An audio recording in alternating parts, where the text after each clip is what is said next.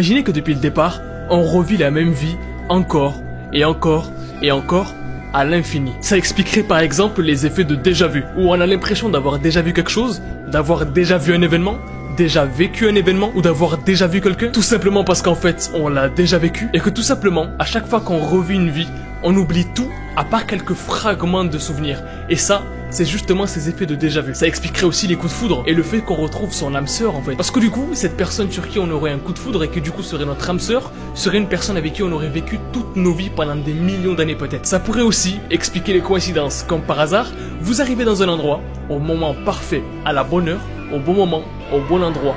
Comme par hasard. Sauf que bien sûr, c'est pas du hasard, puisque vous deviez être à cet endroit-là exactement comme les autres vies que vous avez vécues. Ça pourrait aussi expliquer les facilités qu'ont certains à faire des études, les facilités qu'ont certains à l'école, les facilités qu'ont certains dans la vie, tout simplement parce qu'en fait, ils ont déjà cette expérience, puisqu'ils l'ont déjà emmagasinée depuis des millions de vies en fait. Et c'est pour ça que du coup, ils démarreraient la vie avec plus d'expérience, plus de facilité. Mais alors, qu'est-ce qui se passe pour les personnes qui arrivent à sortir de cette boucle infinie? Et si c'était eux les fantômes justement? Des personnes qui sont en dehors du temps, en dehors de la boucle infinie de vie qui se répète encore et encore, et qui du coup vivent parmi nous, mais en dehors de cette boucle infinie. Et peut-être même que l'une de ces personnes essaie de te toucher les pieds à ce moment-là pour te faire sortir de ta boucle infinie.